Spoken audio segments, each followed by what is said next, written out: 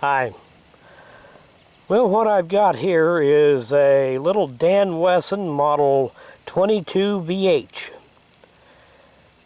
A 22 long rifle. And these were made in the 70s and 80s. And maybe later than that too. This one here was probably made, I don't know, in probably around 1980 or so. But anyway, I'm going to get her loaded up and we'll put a few shots downrange on camera with it. Okay, she's all loaded up and ready to go.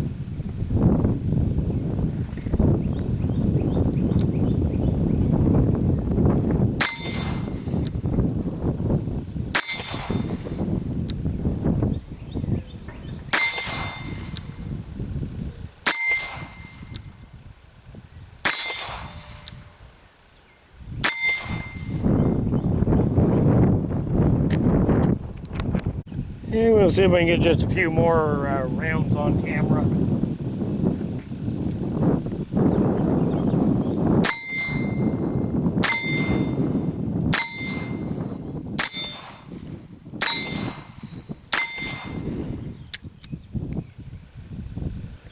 He's a pretty good shooting little gun.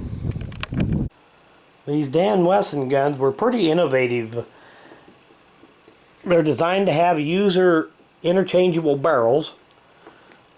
You simply, it's got a supplied wrench that you loosen this collet, and then the entire barrel shroud slides off, and then you can just screw the barrel right out of the frame. And then just install another barrel of whatever length and configuration you want. The grip's easily interchanged. Just one screw takes the entire grip off. So if we get these markings to show up here. This gun was probably made in the 70s. And you notice back here there's no cylinder latch. The cylinder latch is up here, which you press down on like so.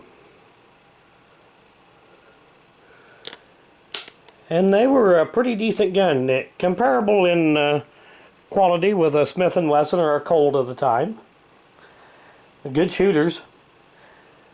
And they had barrels that were anywhere from 2-inch to 8-inch, some were even 10-inch or more.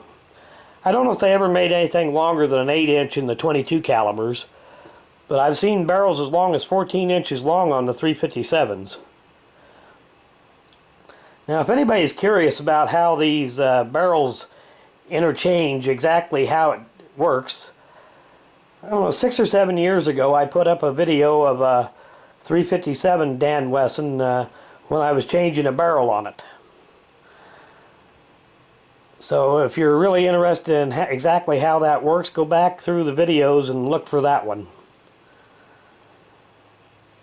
Now, they had barrels that were just plain barrel with no rib or a solid rib, no underlug, or they had the ones with the vent rib and no underlug, and then the ones with the vent rib and the underlug.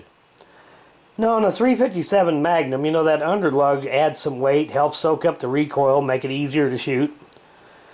But on a 22, that full underlug, about all it does is make the thing nose heavy. But this was the barrel that was with it when I got it, so that's what I've got. And I looked into getting another barrel, and believe it or not, they are still available. Dan Wesson is still in business, although they don't make exactly this revolver anymore. They still make barrels for this gun.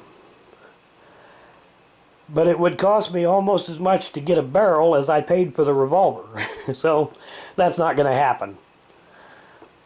Still, it's a nice little piece of history. Nice shooting gun. Well, I want to do an end of video shout out. And this one's for a guy that I met at the range while I was, I had this gun out shooting a little video, and he seemed to be admiring it. And the name of it turns out that he has got a little YouTube channel of his own. The name of his channel is Josh Odell Competitive Shooter.